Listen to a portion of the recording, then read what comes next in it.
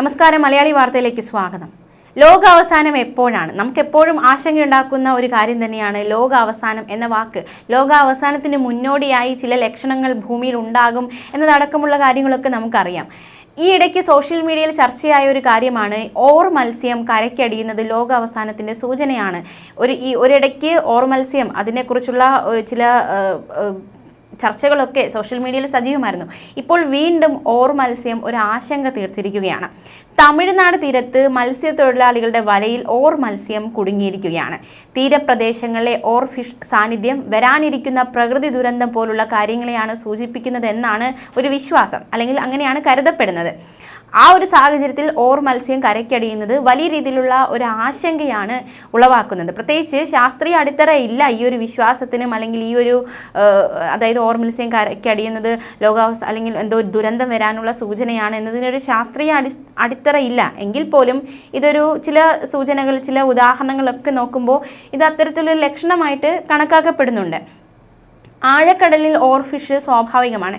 പക്ഷേ തീരപ്രദേശങ്ങൾക്ക് സമീപം എത്തുന്നത് സംബന്ധിച്ച് നിരവധി മിഥ്യാധാരണകൾ നിലവിലുണ്ട്.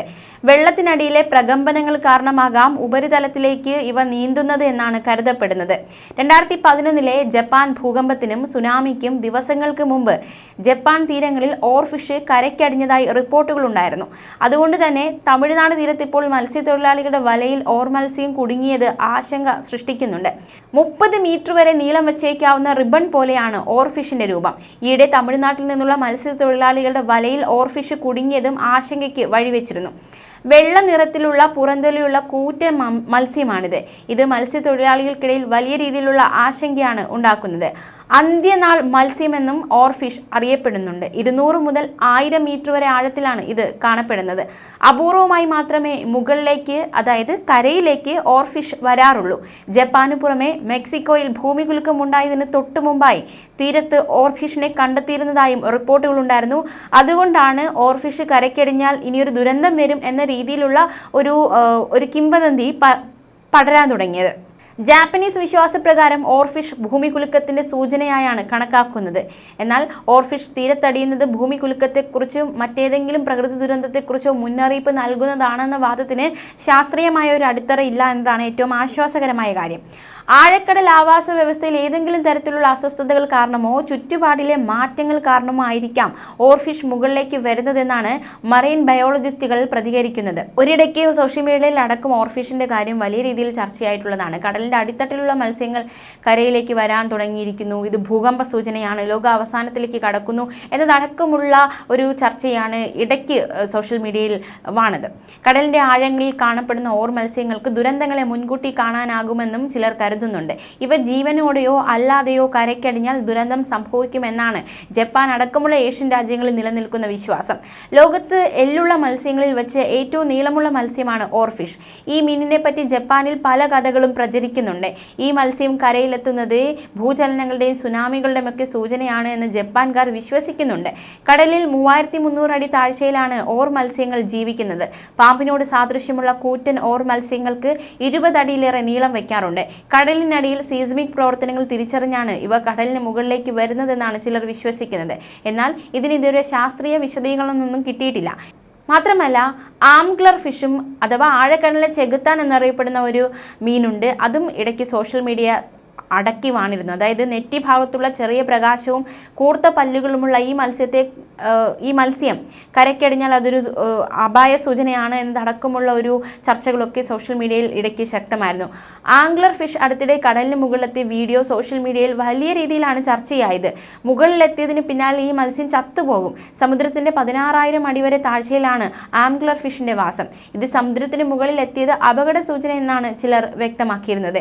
എന്താണ് സമുദ്രത്തിനടിയിൽ നടക്കുന്നത് എന്ന ആശങ്കയടക്കം ആ ഒരു സമയത്ത് വളരെയധികം ശക്തി പ്രാപിച്ചിരുന്നു. ഇത്തരത്തിൽ ആംഗ്ലർ ഫിഷും ഓർ മത്സ്യവും കടലിന് മുകളിൽ എത്താറുണ്ടെന്നും ലോക അവസാനം ഒന്നുമല്ല എന്നും ചിലരും പറയുന്നുണ്ട്. ദുരന്തങ്ങളെ മുൻകൂട്ടി കാണാനാകുമെന്ന് വിശ്വസിക്കപ്പെടുന്ന ആഴക്കടലിൽ ജീവിക്കുന്ന മത്സ്യങ്ങൾ ഇത്തരത്തിൽ കരയ്ക്കടുക്കുമ്പോൾ അത്തരത്തിലുള്ള വിശ്വാസമുള്ളവർക്ക് തീർച്ചയായിട്ടും അത് വലിയ രീതിയിലുള്ളൊരു ഭീതി, ആശങ്ക ഒക്കെ നൽകുന്നതാണ്. എന്തായാലും ലോകാവസാനം എങ്ങനെയായിരിക്കും പലരും ചിന്തിച്ചു കൂട്ടുന്ന ഒരു കാര്യമാണ്. ഇങ്ങനെ ഇപ്പോൾ ഈ ഒരു രീതിയിലായിരിക്കുന്ന ഭൂമി ഒരിക്കൽ അവസാനിക്കുമോ, അതെങ്ങനെയായിരിക്കും, സുനാമി വന്നാണോ ലോകാവസാനം, മറ്റെന്തെങ്കിലും ദുരന്തമാണോ ലോകാവസാനത്തിലേക്ക് നയിക്കുന്നത്, അങ്ങനെ ഒരുപാട് ചർച്ചകൾ, ഒരുപാട് ചിന്തകൾ, അത് ഒരുപാട് കാലമായി മാനവരാശിയിലുള്ള ഒരു കാര്യമാണ്. ഒരു സംഘം ഗവേഷകർ ഈ ലോകാവസാനം എങ്ങനെയായിരിക്കുമെന്ന പ്രവചനവുമായി ഈ ഇടയ്ക്ക് രംഗത്തെത്തിയിരുന്നു. അതുകൂടി നമുക്ക് നോക്കാം. ഡർഹാം യൂണിവേഴ്സിറ്റിയിലെ വിദഗ്ധരാണ് ഇത് സംബന്ധിച്ച ചില പഠനങ്ങൾ നടത്തിയത്. അതിൻ്റെ അടിസ്ഥാനത്തിൽ ചില നിരീക്ഷണങ്ങൾ അവർ എത്തിയിരുന്നു. ഭൂമി ഉൾപ്പെടുന്ന ക്ഷീരപഥം അഥവാ മിൽക്കി വേ ആൻഡ്രോമീഡ ഗാലക്സിയുമായി കൂട്ടിയിടിച്ചായിരിക്കും ലോകാവസാനം സംഭവിക്കാൻ പോകുന്നത് എന്നായിരുന്നു അവരുടെ കണ്ടെത്തൽ. 100,000-ഓളം സിമുലേഷനുകളിലൂടെയാണ് അവർ നിഗമനത്തിൽ എത്തിയത്. അടുത്ത 10 ബില്യൺ വർഷത്തിനുള്ളിൽ ക്ഷീരപഥം ആൻഡ്രോമീഡയുമായി കൂട്ടിയിടിക്കുന്നതിന് 50% സാധ്യതയുണ്ട് എന്നായിരുന്നു അവർ പറഞ്ഞിരുന്നത്. 2,20,000 മൈൽ വേഗതയിലായിരിക്കും ഈ കൂട്ടിയിടി നടക്കുക. 2 ഗാലക്സികൾക്കും ഇത് വൻ നാശമായിരിക്കും വരുത്തിവെക്കുക എന്നും ഗവേഷകർ മുന്നറിയിപ്പ് നൽകിയിരുന്നു. പക്ഷേ ഈ കൂട്ടിയിടിയെക്കുറിച്ച് പരിഭ്രാന്തരാകേണ്ട കാര്യമില്ല. ഈ അപകട സാധ്യത നേരത്തെ നടത്തിയ പഠന റിപ്പോർട്ടുകളേക്കാൾ ശക്തി കുറഞ്ഞതായിരിക്കും എന്നാണ് കരുതപ്പെട്ടിരുന്നത്. ഭൂമിയിൽ നിന്ന് 2.5 ദശലക്ഷം പ്രകാശവർഷം അകലെ സ്ഥിതി ചെയ്യുന്ന ആൻഡ്രോമിഡയാണ് ക്ഷീരപഥത്തിന്റെ ഏറ്റവും അടുത്തുള്ള പ്രധാന ഗാലക്സി. ക്ഷീരപഥത്തിന്റെ അതേ പിണ്ഡമുള്ളതാണ് ഈ ഗാലക്സി. അതേസമയം അതിന് അസാമാന്യ വലിപ്പമുണ്ട്.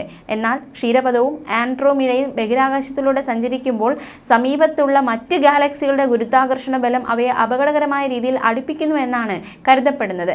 ഗാലക്സി കൂട്ടിയിടിക്കുന്നത് അപൂർവമാണ്. പക്ഷേ പ്രപഞ്ചമുണ്ടായ കാലം മുതൽ വളരെ ദൂരെയുള്ള ഗാലക്സികളിൽ നിന്നുള്ള പ്രകാശം ഇത് സംബന്ധിച്ച വ്യക്തമായ സൂചനയാണ് നൽകുന്നത്. നേരത്തെ നടത്തിയ പഠനങ്ങളിലും 5 ബില്യൺ വർഷങ്ങൾക്കുള്ളിൽ ക്ഷീരപഥവും ആൻഡ്രോമീഡയും തമ്മിൽ കൂട്ടിയിടിക്കുമെന്ന സൂചനകൾ കിട്ടിയിരുന്നു.